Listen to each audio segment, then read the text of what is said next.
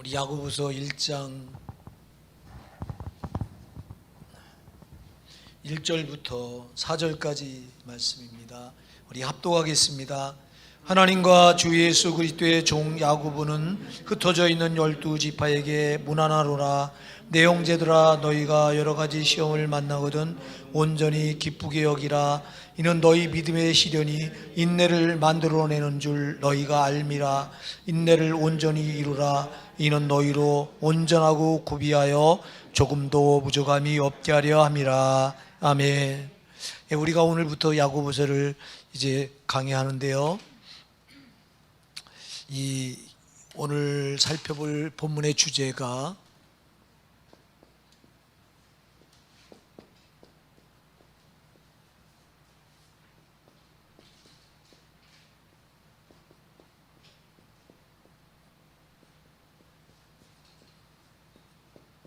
시련과 신앙 인격, 그런 주제로 한번 은혜를 나누고자 합니다.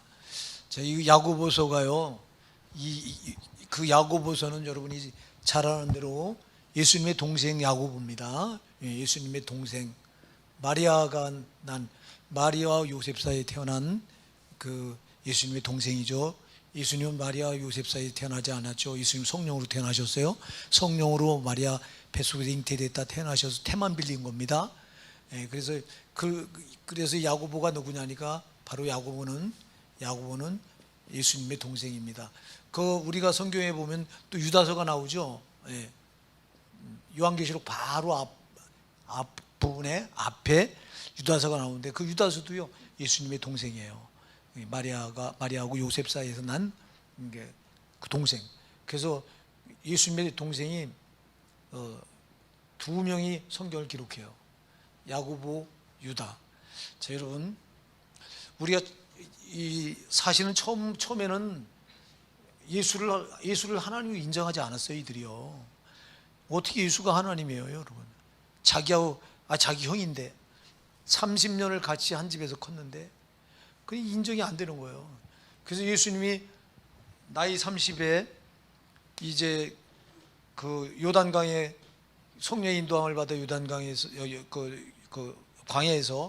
광야에서 이 성령의 인도함을 받아 마귀에게 40일 동안 시험 받고, 그리고 이제 먼저 세례를 먼저 받으셨죠. 요단강에서 마태복음 3장에 가서 보면 세례를 먼저 받으시고, 세례를 받으실 때 하늘 문이 열리고 비둘기가 예수님 어깨에 임하고 그 하늘로서 소리 나게 이는 내 기뻐하는 아들이라 가면서 그 소리가 나고, 그래서 그때 세례 받으면서 성령의 인침을 받고, 그리고 성령의 인도함 받고 바로 마태복음 4장에 가서 보면 광야로 시험 받으러 가십니다.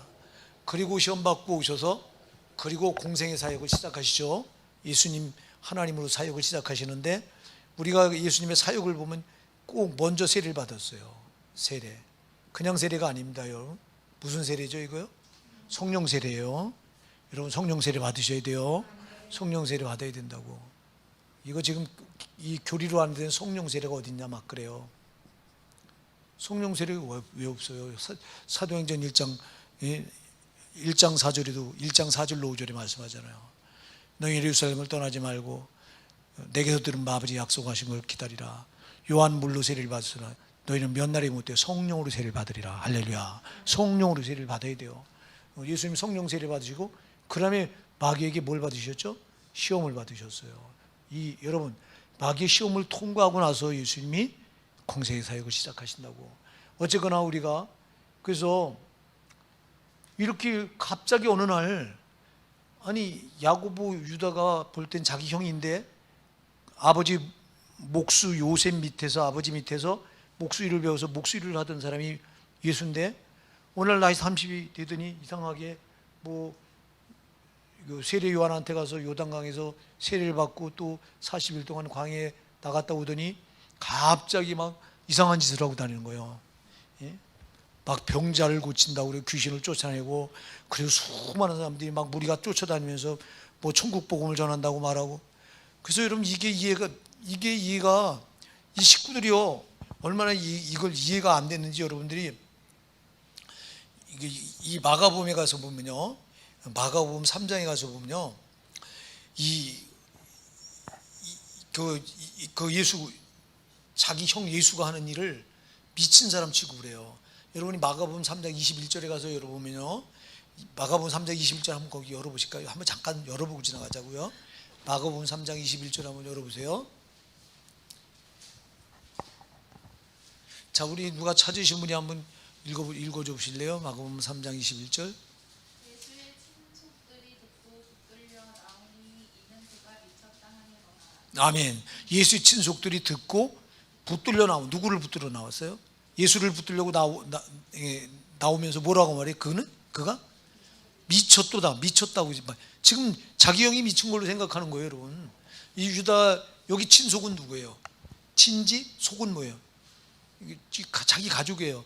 그러니까 여러분, 지 가족들이 지금 갑자기 어느 날 나이 30이 돼서 뛰어나가더니 뭐 어디 강에 나갔다 40일 동안 오더니 이상한 일을 막 하는 거예요. 예?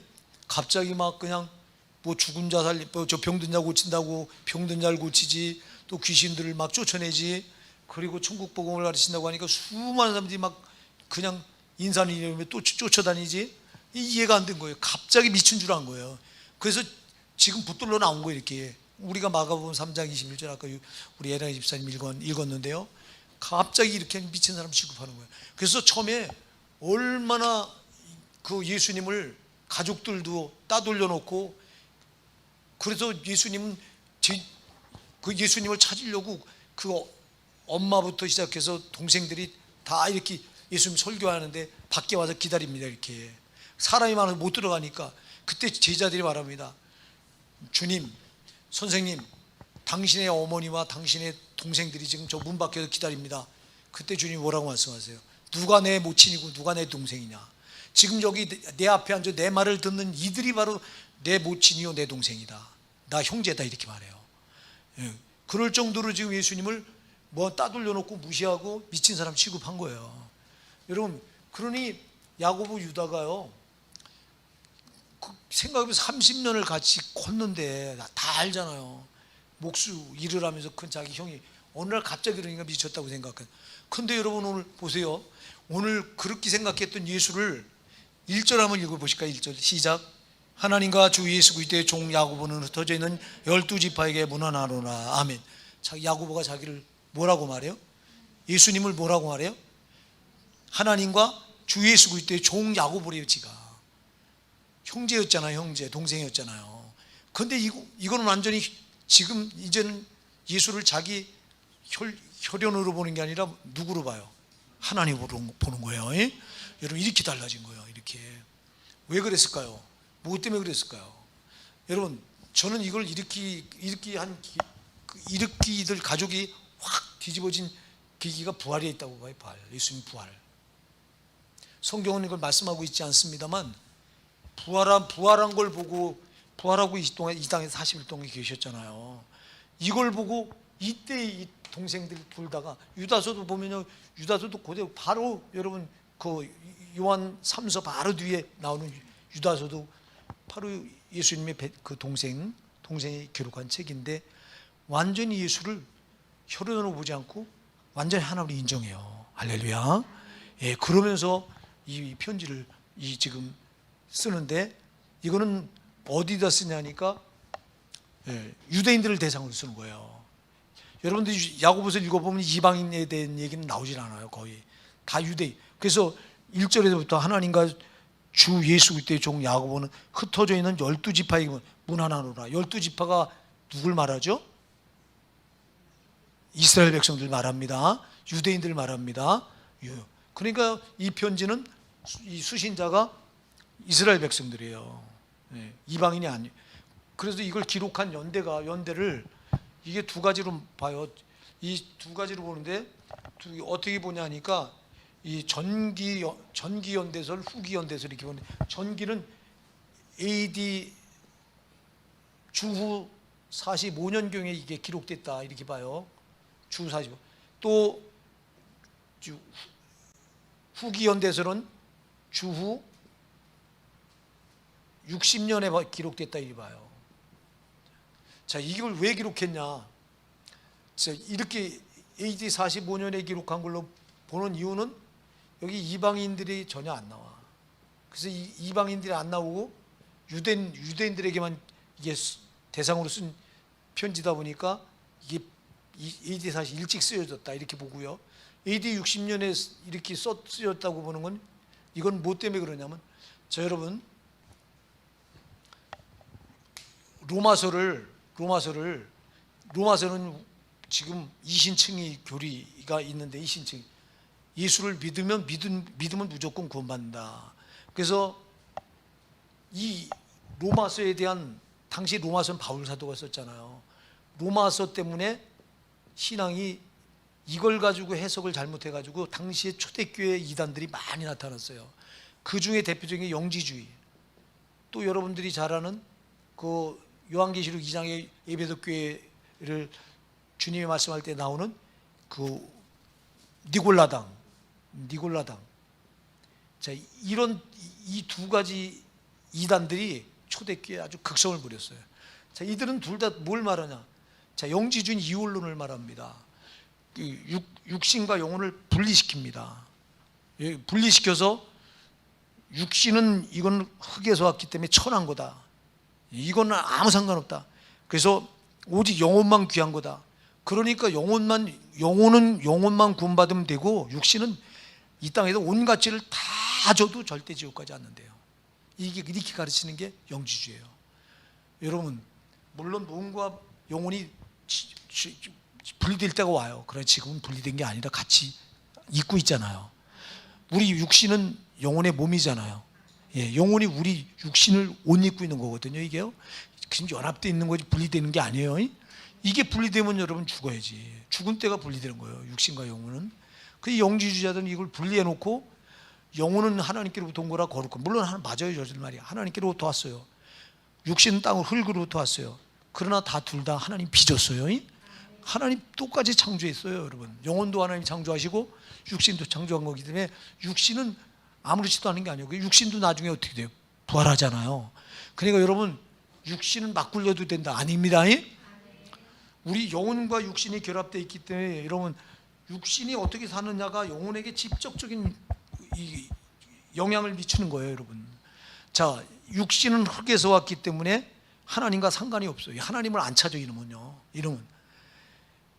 그래서 이놈은, 그리고 영혼은 하나님께로 왔기 때문에 영혼은 자꾸 하나님을 찾아 나가려고 그래요. 육신은 자꾸 땅의 것 죄를 찾아가려고 하고, 땅의 걸 찾아가려고 하고, 영혼은 하나님께 끌고 가려고 하고, 두 개 싸우며. 자, 그런데 처음에 우리가 예수를 몰랐을 때, 거듭나지 않았을 때는 우리 영혼은 살아 있었어요, 죽어 있었어요? 죄로 죽어 있었어요. 죽어 있어서 반응할 수 있었어요, 없었어요? 전혀 반응할 수 없었어요. 그래서 육신이 잡아끄는 대로 영혼은 육신이 꼼짝달싹하고 육신이 하는 대로 그냥 숨소리 하나 못 쉬고 끌려다녔어요. 자, 그런데 예수님을 만나서 저와 여러분의 영혼은 거듭났잖아요. 살아났잖아요. 이때부터 이제 영혼이 거듭나니까 영혼은 어디를 향해 나가려고 그래요? 하나님을 향해 자꾸 하나님 쪽으로 나가려고 그래요. 육신은 어느 쪽으로 나가려고? 하나님 반대되는 쪽으로 나가려고 들어요. 이거는 땅에서 왔기 때문에 자꾸 세상 거. 우리 영혼은 자꾸 천국, 우리 영혼은 자꾸 하나님, 이 육신은 자꾸 쾌락, 죄, 이쪽으로 자꾸 끌고 가려고 한다고. 그러니까 이 사이에 껴서 갈등할 수밖에 없는 거예요, 거듭난 성도는. 육신은 자꾸 세상 거 즐기자고 하고, 또 쾌락, 죄를 자꾸 쫓아가자고 말하고. 근데 거듭난 내 영혼은 자꾸 하나님 쪽으로 끌고 가려고 하고, 자꾸 천국을 소망하게 하려고 하고 이런단 말이에요. 그러니까 이 가운데 우리가 껴서 사는 거예요. 그래서 로마서 7장 24절에 바울이 뭐라고 말해요? 오라난 곤고한 이 사망이 뭐 누가 나를 건져내랴. 할렐루야. 로마서 7장 21절에서 말하죠. 내가 한 법을 깨달았느니, 그러니 내가 한 법을 깨달으니 내가 선을 행하기 원한 나에게 악이 함께 있는 것이로다. 뭐라고요? 선을 행하기 원하는 나에게 뭐가 함께 있다고요? 악이 함께 있다. 이게 여러분, 옛날에 거듭나지 않았을 때는 그냥 몰랐어요, 이게. 근데 거듭나고 보니까 이제 딱 선을 행하기 원하는 건 누구예요? 내 영혼이에요. 근데 악을 행하기 원하는 건 어떤 거예요? 이 육신이에요. 그러니까 같이 있는 거예요. 이게 싸움이에요. 그래서 이 싸움에서 여러분, 거듭난 성도는 절대 육신이 요구하는 대로 여러분이 자유의지를 내주면 안 되는 거예요. 여러분 영혼이 요구하는 대로 여러분 자유의지를 내주셔야 되는 거예요. 그럴 때 여러분 그 신앙이 하나님 기쁘시게 드리는 거예요. 육신이 요구하는 대로 내 자유의지를 내주면 마귀가 기뻐서 막 박수 치는 거예요. 마귀는 요짓하는 거거든요. 그 이 싸움에 갈등에 우리가 껴있는 거예요. 아까도 얘기했지만 우리가 거듭나기 전에는 그런 갈등이 없었어요. 죄를 져도 갈등이 옵니까? 안 옵니다. 뭐 영혼이 죽어있기 때문에 죄에 대한 감각이 없습니다. 영혼이 거듭나니까 죄에 대해서 감각을 갖거든요. 이때부터. 응? 벌써 육신이 요구하는 쪽으로 가면 영혼은 죽는다는 걸 알거든요. 그러니까 이게 보세요. 이놈의 육신은 이놈은 지 멋대로 막 삽니다. 막 땅에 거 그냥 여기 흙에서 왔기 때문에 이 땅에 있는 거를 그냥 사모하려고 하고, 그리고 쾌락을 쫓아가려고 하고 육신은 자꾸 그렇습니다. 자, 그런데 이놈은 이렇게 살고, 그리고 애꿎게 우리가 자꾸 내 자유의지를 거듭났는데 내 자유의지를 육신이 요구하는 쪽에 자꾸 내주다 보면요, 나중에 어떤 일이 벌어지냐면, 죄는 이놈이 육신이 실컷 쪄놓고 이놈은 때가 되면 죽잖아요. 죽고 나면 그때 이놈의 육신이 이때 이 땅에서 살았을 때 육신이 지은 죄값을 애꿎은 영혼이 짊어지고 가서 지옥 떨어져서 그 형벌을 거기서 영혼이 받는 거예요. 여러분, 육신과 영혼은 관계가 없는 게 반드시 관계가 있는 거예요. 반드시 관계가 있는 거예요. 그러니까 우리가 육신대로 살면 절대 안 되는 거예요. 그래서 로마서 8장 13절에 너희가 육신대로 살면 반드시 죽을 것이로되, 육신대로 살면 안 되는 거예요. 그 육신을 이기셔야 되는 거예요. 그러니까 여러분 거듭난 자유의지를 가지고 절대 여러분 영혼의 요구는 하나님 쪽, 천국 쪽이에요. 육신의 요구는 땅의 것, 쾌락, 죄예요.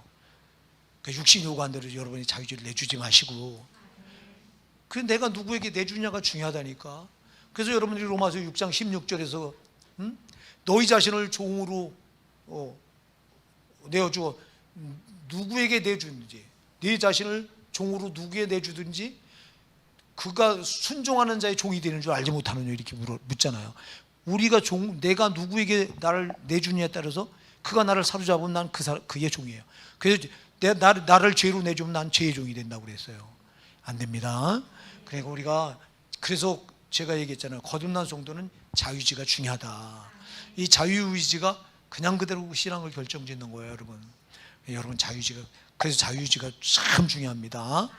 의지가 약한 분들은 기도 많이 하셔서 주님, 저에게 강한 의지를 주세요. 의지가 약하면 밤낮 죄에 끌려다니다가 지옥 가야 되는 거예요. 육신이 요구하는 대로 끌려다니다가 지옥 가야 되는 거예요. 절대 그럴 수 없어요. 네. 자,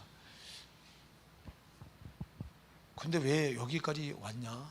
뭐 때문에 도대체?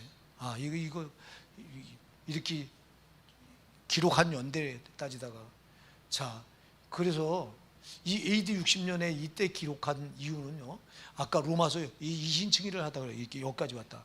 이신칭의 믿으면 구원받는다고 한 잘못된 교리가 영지주의를 만들었어요. 아까 이원론. 또 니골라당은 뭐라 그러죠? 여러분 그 전에 그 핸드폰에 니골라당 네이버 검색창에다 쳐보라고 그래 쳐봤잖아요. 자, 지금 현대판 교리와 똑같습니다. 네. 어떤 죄를 져도 지옥 가지 않는다. 한 번 구원은 안 잃어버린다. 이렇게 가르치는 게 뭐예요? 이게 니골라예요. 니골라당. 네, 니골라당. 이게 어디서 나왔냐면 로마서를 잘못 이해해서 나온 거예요. 여러분, 바울 사도가 쓴 로마서는요, 믿기만 하면 다 구원받는다 이게 아니에요. 아니, 그럼 바울이 고린도전서 9장 27절에서 여러분 고린도전서 9장 27절에 뭐라 그래요? 내가 내 몸을 쳐 복종하게 하면 내가 남에게 실컷 전한 후 나는 도리어 버림을 당할까 두려함이로다 그랬잖아. 여러분, 지옥 갈까 봐 두렵대요. 아니, 이신칭의를 말했다면 뭐하러 그 말씀을 거기다 고린도전서 9장 27절에 뭐하러 그 말을 하냐고. 그리고 바울은 수도 없이 여러분 그 성경 보면요, 두렵고 떨린다고 말하고 있습니다. 구원을. 우리가 잘 아는 대로 여러분들이 빌립보서 2장 12절에 뭐라고 말하고 있어요? 뭐라고 말해요? 항상 복종하여 두렵고 떨림으로 너희 구원을 이루라 그랬어요. 예, 이루어 가라는 거예요.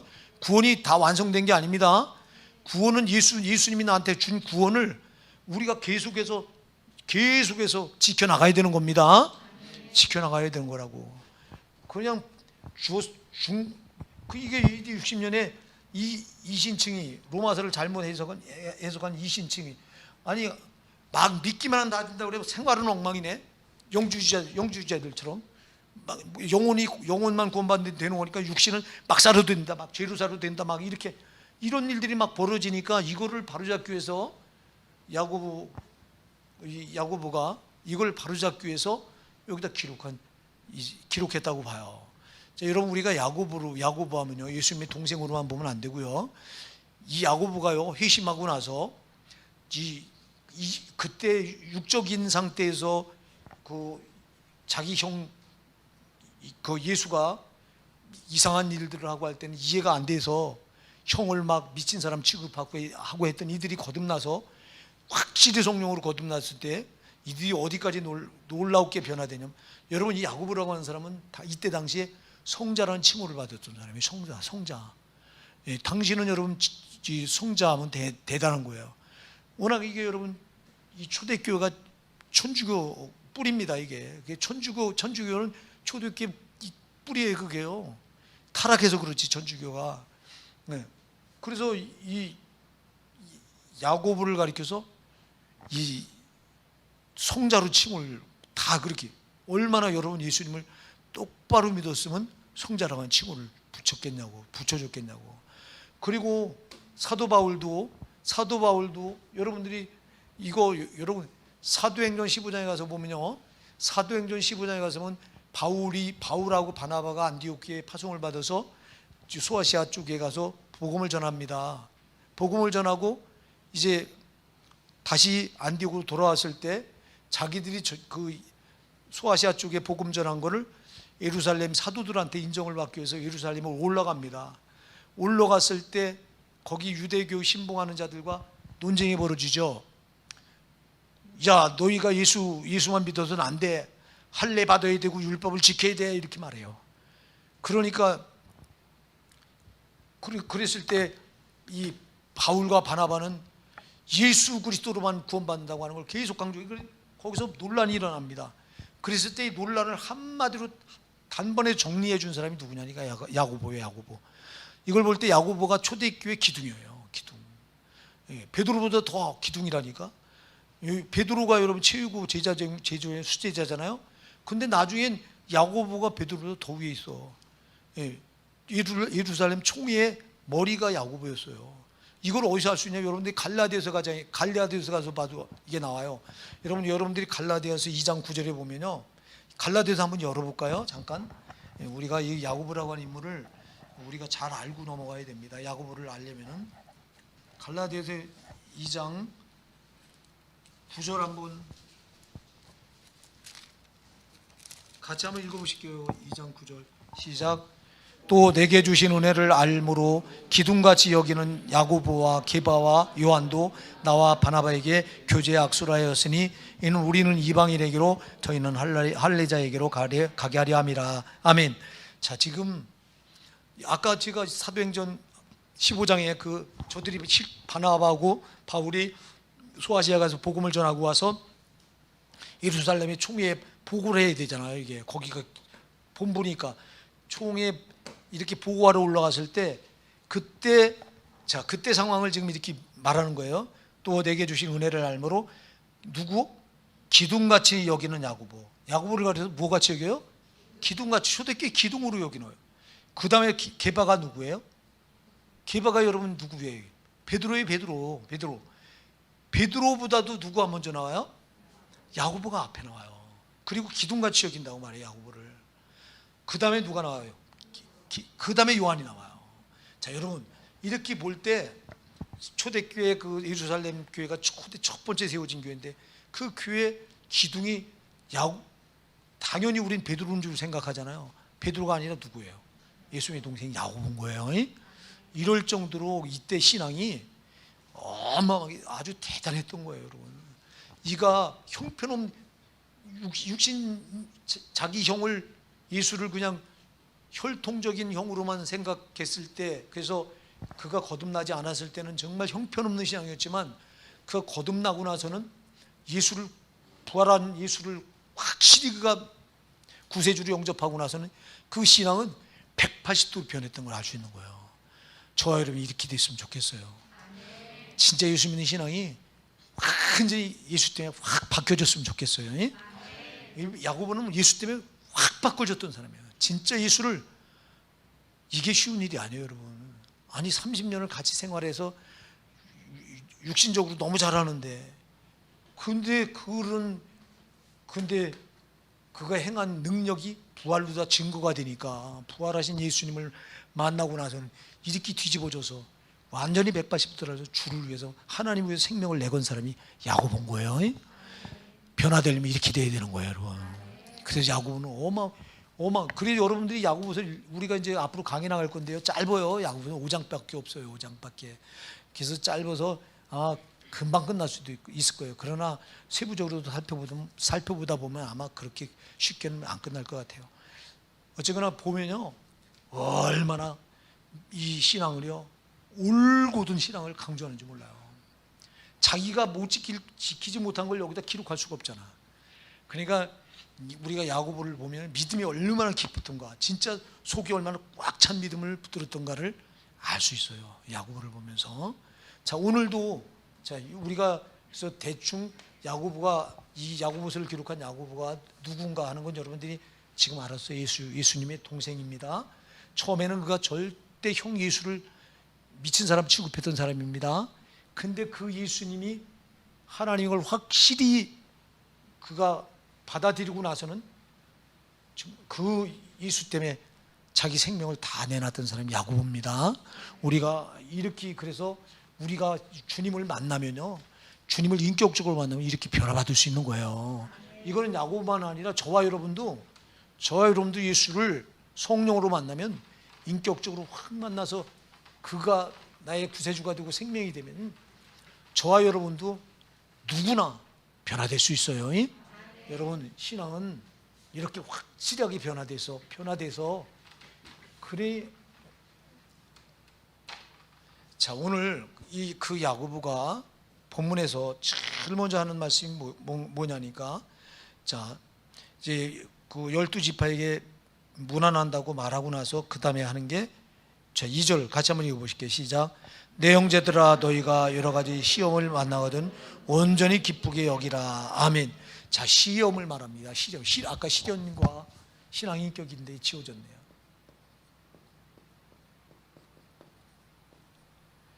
여러 가지 뭐라고 나오죠? 시험. 자, 이거 시험을 다른 말로는 여러분 시련, 또 다른 말로 뭐라고 말할까요? 고난, 이렇게 말해요. 자, 여러 가지 시험이에요. 한두 가지 시험이 아니라 여러 가지. 왜 이 편지를 써보면 제일 먼저 교회 편지를 써보면 제일 먼저 시험을 말할까요? 그것도 한두 가지 시험이에요. 여러 가지 시험. 자, 여러분, 굉장히 중요한 뜻이 있어요, 이거요. 자, 여러분, 교회는 저와 여러분입니다. 저와 거듭난 성도가 교회예요. 자, 저와 여러분에게 제일 먼저 왜 시험을 말할까요? 이게 여러분 우리가 부닥치는 아주 가장 중요한 문제고, 또 이게 아주 가장 많은 문제예요. 아멘. 여러분, 예수 믿으면은 반드시 고난이 와. 반드시 시련이 오고 고난이 온다고. 응? 자, 여러분, 이거 그래서 제일 먼저 시험을 말해요. 제일 먼저. 이 시험이 저와 여러분의 신앙을 성숙시키기도 하지만 저와 여러분의 신앙을 망가뜨리기도 해요. 이게 굉장히 중요하기 때문에 그래서 시험을 제일 먼저 다루는 거예요. 제일 먼저. 자, 여러분, 우리는 이 시험을 갖다, 죄송합니다, 영어 제가 잘 모르는데 이거는 이해를 돕게, 시험은 두 가지가 있어요. 여러분이 잘 아는 시험 두 가지가 있어요. 하나는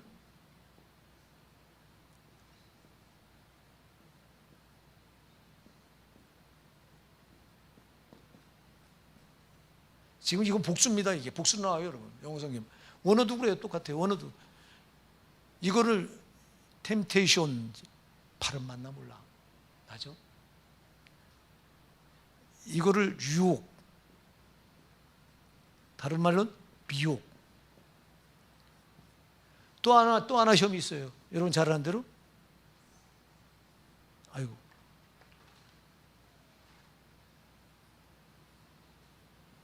이거 뭐죠? 테스트. 예. 이것도 시험이잖아요. 자, 요거는 하나님 잘 교와서 이 템테이션, 미혹, 유혹은 누가 주는 거냐니까 마귀예요. 이놈이 마귀가 주는 거예요. 이거 왜 주냐니까 이거는 파괴시키고 죽이려고 주는 거예요. 자, 마귀가 주는 이 유혹, 미혹은 우리를 망가뜨리려고 주는 거예요. 그럼 하나님이 주는 이 테스트는 누가 줄까요?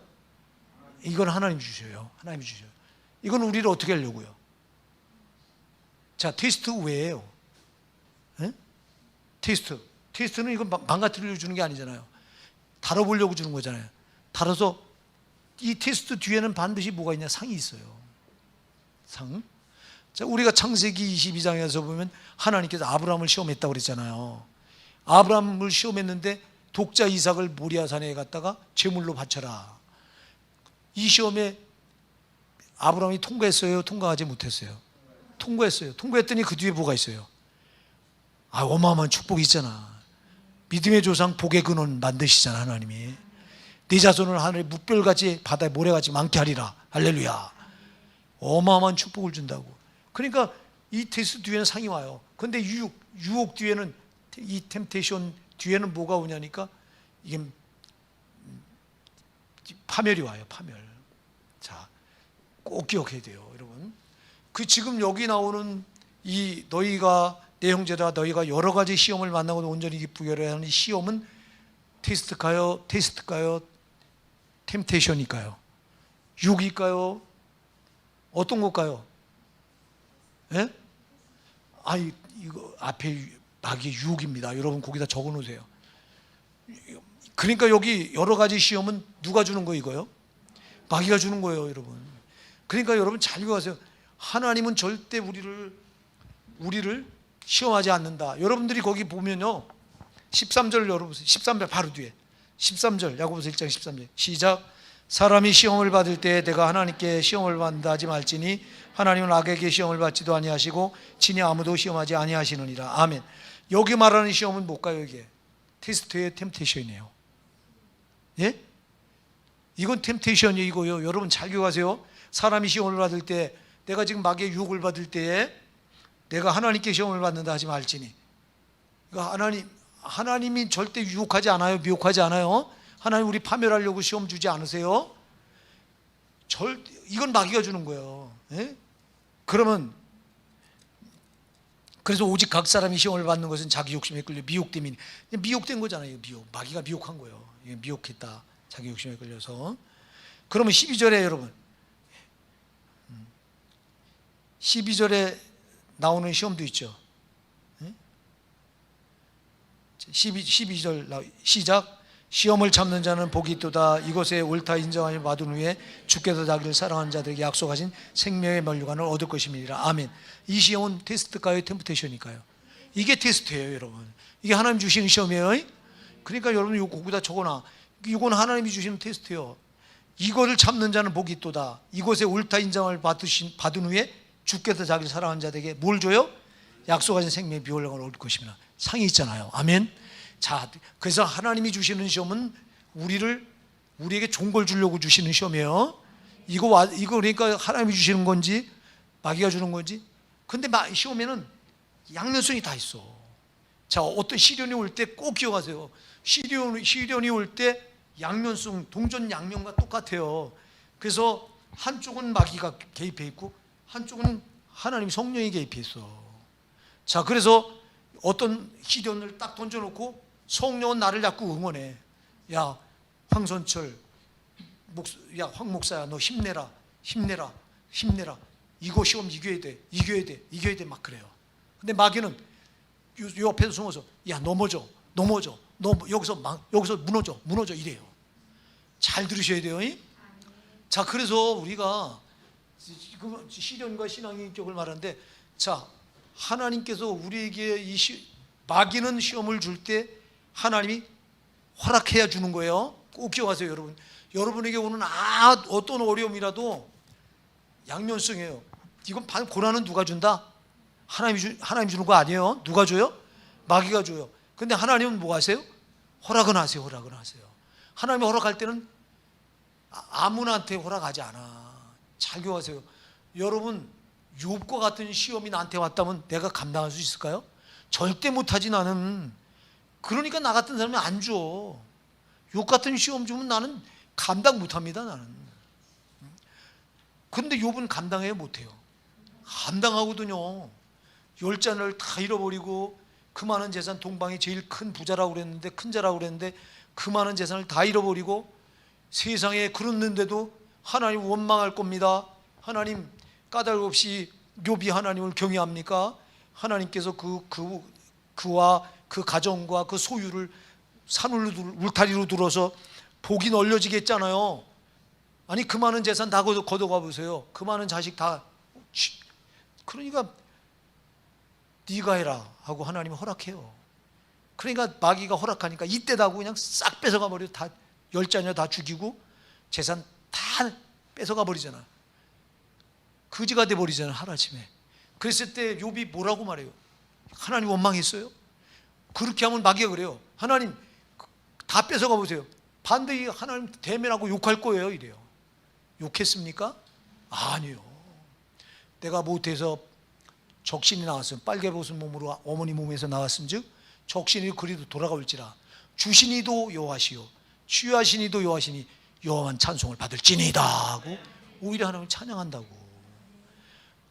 아니 욥은 이걸 감당할 수 있는 걸 뻔히 알잖아. 그래서 여러분 이 고린도전서 10장 13절에서 말씀하고 있잖아요. 사람이 감당할 시험밖에는 당한 것이 없나니. 우리가 감당할 수 있는 것만 허락하십니다. 주님이 감당하지 못할 시험 당함을 허락지 않으신다. 또한 시험 당할 쯤에 주님이 피할 길을 여셔서 능히 감당케 하신다 그랬어요. 그러니까 하나님은 우리가 감당지 못할 시험 당함을 허락하지 않아요. 마귀가 주려고 해도 하나님이 허락하지 않는다니까.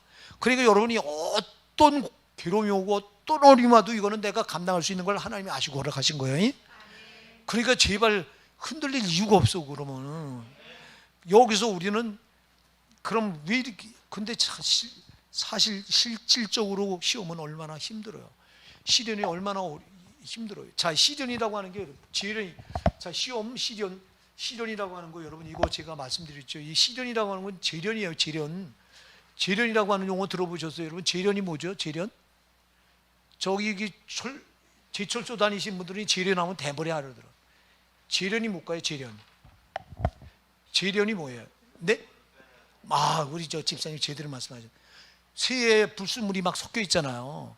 이거 못 쓰는 쇠를 갖다가 6,000도 되는 뜨거운 불에, 용광로 불에다가 이 쇠를 집어넣으면 이게 녹아요. 빨갛게 녹아서요.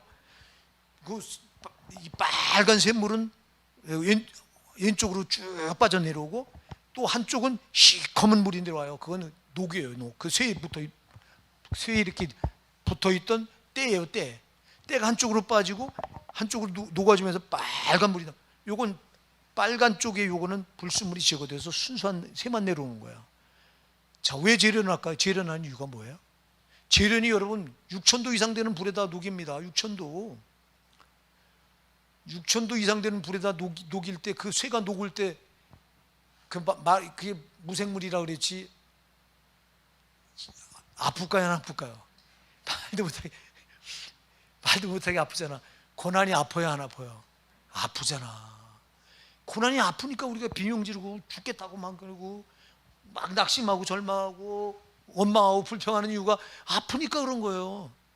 자, 쇠도 6,000도에다 녹일 때 얼마나 아프겠어요. 그러나 그 과정에서 불순이 빠져나가잖아. 그러니까 고난이 올 땐 제가 여러분들한테 얘기해요. 고난이 오고들랑 아파서 비명만 지르지 말고 반드시 내가 하나님 앞에 빼낼 죄가 뭔가를 빨리 찾아라. 찾아야 돼요, 여러분. 이거 지금 하나님 허락하신 이유는 네 신앙에 지금 때가 불순물이 껴있어. 네 신앙이 거룩하고 깨끗해야 되는데 여기 지금 불순물이 껴있으니 이거 빨리 빼내야 하는 사인이에요. 이걸 빼내라고 허락하신 거예요. 물론 욥은 그렇지 않아요. 욥은 어떤 불순물이 있어서 그걸 빼내려고 하나님 허락하신 게 아니라 저놈의 마귀의 사주를 받아서 마귀한테 하나님이 자신 있게 자랑하잖아요. 네가 내 종 욥을 유해해봤냐? 그와 같이 순전하고 정직하여 나 여호와를 경외하며 악에서 떠난 자가 세상에 없느니라고 칭찬을 해버려요.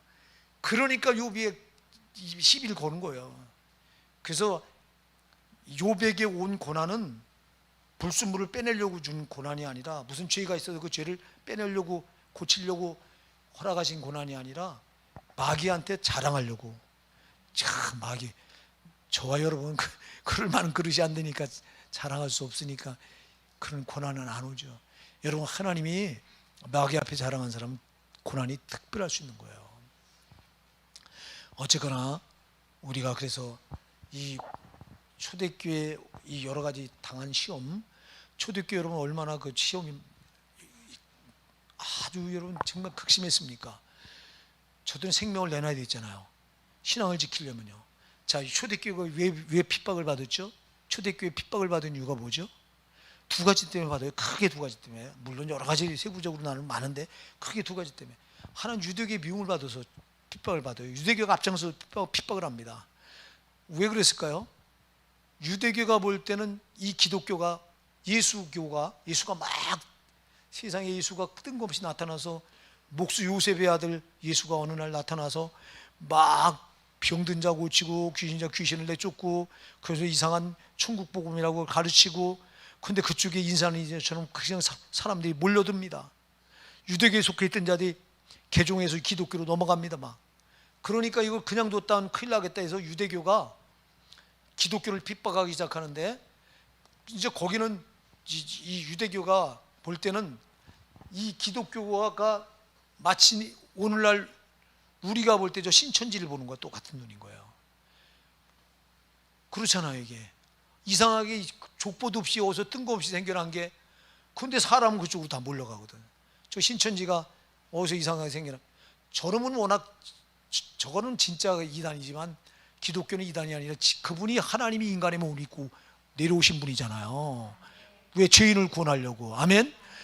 여러분, 하나님이 그 여호와가 인간의 몸을 입고 내려왔다니까. 아멘. 그래서 이사야 9장 6절에 여러분, 9장 6절에 말하잖아요. 9장. 이는 한 아기가 우리에게 낳고 한 아이를 우리에게 주신 바 되었는데 그 어깨에 정사를 메웠고 그 이름은 기묘자라 모사라 전능하신 하나님이라 또 영존하시는 아버지시라. 할렐루야. 평강의 왕이랄 것입니다. 영존하시는 아버지래요. 누가? 그 아기가, 우리에게 한 아기를 주신 바 되었고, 한 아기가 우리에게 태어났고 한 아이를 우리에게 주신 바 되었는데 그 이름이 기묘자요 모사요 전능하시는 하나님이요, 그 이름이 또 영존하시는 아버지래요. 아멘. 그럼 아버지가 누구요? 그분이 여호와예요. 여호와가, 그러니까 여호와와 예수는 이름이 같은 거예요. 근데 왜 신약에 여러분 여호와라고 하는 이름 안 나오잖아. 왜 안 나올까? 그 여호와가 그냥 여호와 이름을 가지고 왔다면 우리 못 구원해. 아멘 하세요. 예수라고 하는 이름을 가지고 우리를 구원하기 위해서 예수라고 하는 이름을 가지고 오신 거예요. 그러니까 여러분들이 이제는 신약에서는 여호와라고 부르지 마셔요. 물론 성경에 구약을 읽을 때 여호와가 나올 땐 그건 그대로 읽어야지 우리가.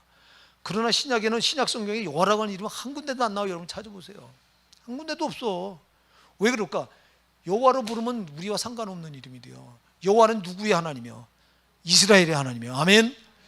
근데 예수는 만왕의 왕, 온 인류의 하나님이요. 아멘. 그리고 여호와는 거룩히 저 존귀하신 높은 보좌 위에 앉아서 홀로 영광 받으 지극히 높으신 이름이 여호와요. 근데 예수는 영광 받으려고 온 게 아니라 우리 인간들이 죄를 사하려고 종의 형체를 가지고 오신 이름이요. 할렐루야. 그래서 여러분, 예수 그 이름만이 우리를 구원한다고. 그러니까 정말 예수를 불러야지 왜 여호와를 불러. 어떤 교회 가면 대표 기도할 때 장로님이 하늘에 계신 거룩하신 여호와여 하고 대표 기도를 합니다. 기가 막힙니다. 하나님은 몰라도 한참 모르는 거예요. 여러분, 여호와가 아니라 예수로 오신 거예요. 그분이 여호와 이름 그대로 가지고 있다면 그냥 육신을 입고 오신 하나님 아니요. 육신을 입고 오셨기 때문에 우리 구원하신 거예요. 아멘. 그 예수라고 하는 이름이 얼마나 존귀한 이름인지 몰라요. 예수라고 하는 이름이 격이 떨어진 이름이 아니에요. 여러분, 예수라고 하는 이름은 여호와는 이스라엘 백성에게 국한된 하나님이잖아요. 예수는 온 인류에 다 해당되는 이름이에요. 여러분, 그 이름이 더 어마어마하다니까. 그 이름을 우리에게 주셨잖아. 예수 이름으로 내 귀신을 쫓아내라고. 내 이름으로 귀신을 쫓아내라 그랬잖아. 예수님이 내 이름으로 병 고쳐라 그랬잖아. 예.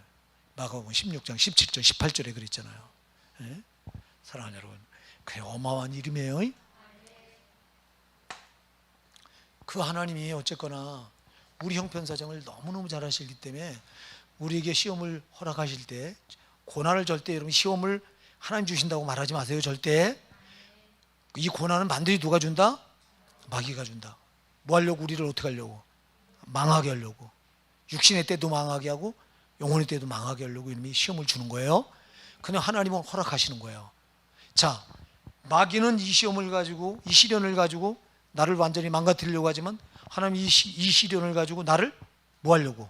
다듬으려고. 할렐루야. 성도로 만들려고. 아멘. 그러니까 여러분들이 시험이 올 때, 시련이 올 때 그 아픔 속에서 내가 인격이 하나님 원하시는 인격으로 만들어져 가야 돼요. 근데 잘못하면 마귀한테 속아서 하나님 원하는 인격이 아니라 마귀가 원하는 인격으로 만들어져 갈 수 있어. 이게 얼마나, 그러니까 여러분들이 이 고난 앞에서 어려움이 왔을 때, 참 힘든 일이 왔을 때, 이때 여러분 우리가 잘못하면 저놈한테 속아서, 마귀한테 속아서 우리 성품이 막 거칠어질 수 있고요. 이때 우리가 잘못하면 원망 불평이 더 생겨날 수 있고요. 누군가를 더 미워할 수 있고요. 원망의 화살을 자꾸 다른 데 돌릴 수 있고, 낙심할 수 있고, 절망할 수 있고, 이렇게 되면 나는 누가 요구하는 인격으로 만들어져 가는 거예요. 아, 우리가 조심해야 돼요. 이거 여러분이, 그러니까 우리가, 그런데 하나님은 그렇게 될 때 하나님은 옆에서 얼마나 안타까웠는지 모르는 거예요. 응? 그러니까 여러분 시련이 오고 어려움이 올 때 꼭 아프지만 여러분들이 나를 만들어 가셔야 되는 거예요. 하나님의 인격으로 만들어 가셔야 되는 거예요. 하나님 앞에 더 겸손해지시고, 하나님 앞에 더 무릎을 꿇으시고, 그래서 더 하나님께 가까이 나가야 된단 말이에요. 이러면서 나를 자꾸 하나님, 그래서 시련과 신앙, 하나님 허락하신 인격은, 이 시련을 허락하실 때 너는 너를 통해서 네 속에 있는 죄를 빼내고 나를 닮으라는 거예요. 아멘. 나를 배우라는 겁니다. 그래서 이때 우리가 이 고난 중에 내 죄를 자꾸 발견해서 이건 버리고, 그리고 자꾸 하나님 그리스도 형상대로 자꾸 나를 만들어 간다면 이 고난은 결국 깊이 오래 가지 않아요. 이렇게만 우리가 알면 고난은 하나님 때가, 하나님 형상대로 만들어지는 걸 보면 하나님 더 이상 우리를 고난이 거기다 허락할 이유가 전혀 없어요. 그냥 거기서 주님이 그냥 끝내버리신다고. 근데 우리가 모르고 이 시련 속에서 자꾸 우리가 아프다고 비명 지르면서 자꾸 마귀가 요구하는 쪽으로 나를 거칠게, 내 마음을 거칠게, 또 원망, 누군가 원망, 불평, 미워하고 이러면서 자꾸 나를 마귀가 원하는 쪽으로 이게 만들어 간다면, 그런다면 여러분 정말 하나님이 옆에서 괴로워하시는 거예요. 괴로워하고 이 시련은 끝나질 않는 거예요. 계속 이어지는 거라고. 여러분 잘 기억하세요. 이걸 꼭 기억하시고, 그래서 오늘 이렇게 말합니다. 내 형제들아, 너희가 여러 가지 시험을 만나거든 온전히 기쁘게 여기라. 이는 너희 믿음의 시련이 뭐를 만들어내요? 인내를 만들어내요. 자, 너희 믿음의 시련이래요. 자, 시련, 믿음의 시련이에요. 자, 여러분, 이게 여러분, 이 시련이 있기 때문에 우리 믿음을, 아까 믿음에서 우리 믿음에 불순물이 껴 있어. 이 불순물이 껴 있는 거를, 이걸 지금 빼내려고 하나님이 이 시련을 허락하신 거예요. 이때 우리가 나를 깨달아서, 아, 내가 지금 이 문제가 잘못됐구나, 이 부분에 내가 좀 내 믿음이 여기서 잘못됐구나 하고 깨닫고, 이 믿음을 내가 고쳐서 이렇게 자꾸 때를 빼내면 내 믿음이 보석같이 정금같이 빛나는 믿음이 되는 거란 말이에요. 그래서 욥기서 23장 10절에서 욥이 뭐라고 말해요? 욥기서 23장 8절부터 10절에 보면 여러분, 8절부터 욥이요, 너무 괴로우니까 그 막 주어지는 고난이, 이제는 재산만 다 뺏어간 게 아니라 하나 남은 몸도 또 두 번째 저놈의 사탄이 또 시험을 해요. 시험을 또 가져와요.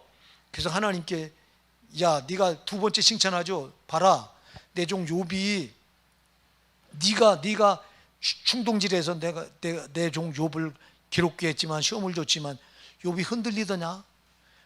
오히려 더 나를 차는 거 네가 봤지? 그러니까 이놈의 마귀가 있다 뭐라고 그래요?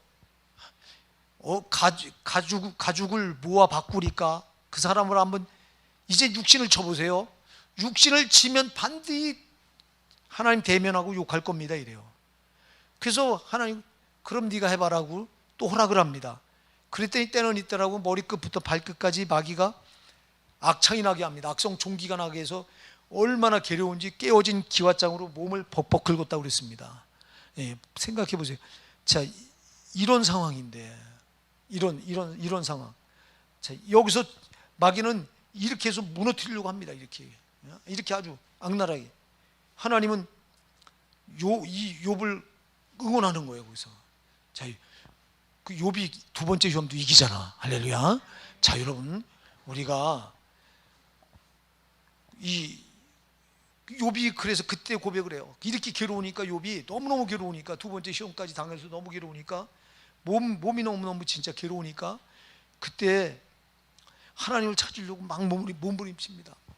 그가 여러분들이 욥기서 21장 8절 열어보자고 이거. 욥기서 21장 8절부터 10절 한번 열어봅시다 이거는.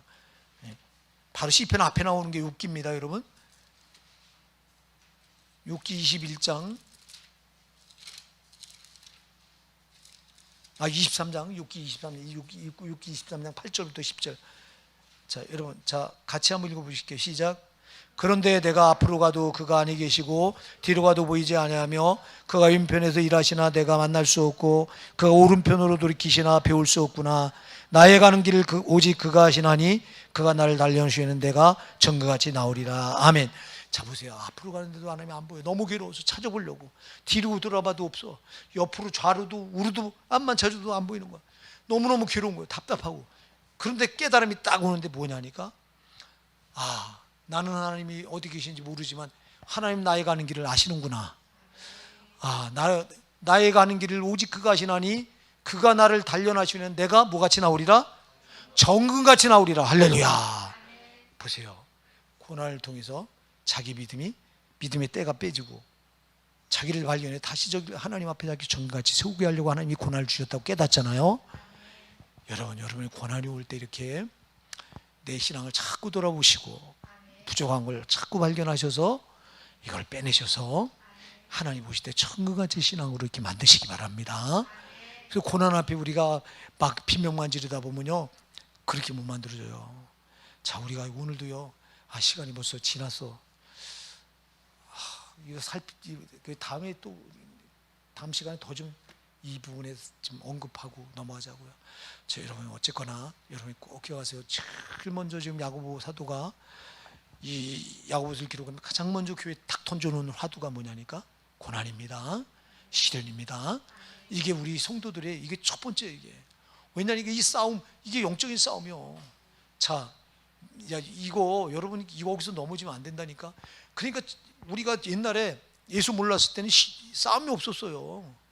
그래서 내가 예수 믿고 내 영혼이 거듭나니까 이때부터 이제 싸움이 시작되는데 마귀가 그전에는 마귀가 제 발 아래 우리가 다 들어와 있었잖아요. 이렇게 예수 몰랐으니 지가 다 우리를 종 삼아서 지 마음대로 유린했었습니다. 근데 예수가 피로 값주고 우리를 마귀 손에서 사셨잖아 우리 주님이. 아멘. 그래서 하나님 아들 만들어놨잖아. 그전엔 마귀 아들이었는데 마귀의 자식이었는데 요한복음 8장 44절에. 근데 이제 마귀의 자식에서 예수님 피로 값주고 사서 하나님 자녀 만들어 놓으니까 이때부터 우리를 그냥 둬요? 원수가 됐는데 어떻게 죽이려고 덤벼드는 거예요. 그러니까 어떻게든 우리에게 어려움을 주려고 하는 거예요. 세상 지가 할 수 있는 방법은 다 쓰는 겁니다. 마귀는. 그러니까 여러분 우리가 예수 안에 들어와서 고난이 없다고 말하면 가짜예요. 그건 하나님을 이 신앙의 세계를 영적인 세계를 너무 모르는 사람이요. 여러분 예수 안에 들어오면서부터 고난이 싸움이 있는 거 이게요. 예, 예수 밖에 있을 때 우리가 예수 몰랐을 때는 이런 싸움이 없었다니까. 마귀가 우리를 죽이려고 하는 싸움이 없었어. 근데 예수 안에 들어오니까 우리가 원수 됐잖아. 옛날엔 죄로 저만 경배했던 우리가 예수님 피로 값주고 사셔서 하나님 자녀 삼으니까 우리가 하나님만 경배하니 지가 받을 경배를 하나님께 돌리고 있으니 그냥 두겠냐고 이거를. 그러니까 성도는 마귀가 볼 때 철전지 저하고 원수라고. 원수는 죽여야 되잖아. 그러니까 저는 자꾸 우리를 죽이려고 덤벼드는 거예요. 뭘로? 고난으로. 아멘. 그래서 시련이 제일 먼저 돈 돌리는 이 화두가, 야고보서 화두가 시련이라니까, 시험이라니까. 그래 여러분이 예수 믿고 나서 제일 먼저 나한테 딱딱 치는 게 시험인 거야. 어려움인 거야. 그래 어려움이 없다고 말하면 안 돼요. 예수 믿는 사람이 어려움이 더 많은 거예요. 그러나 이게 힘을 준다 이 말입니다. 아까 얘기했죠. 하나님이 힘을 줘요. 우리가 이걸 못 보니까 자꾸 이걸 못 보고 나 혼자 싸우려고 하니까 그런 건데 이게 힘을 준다니까.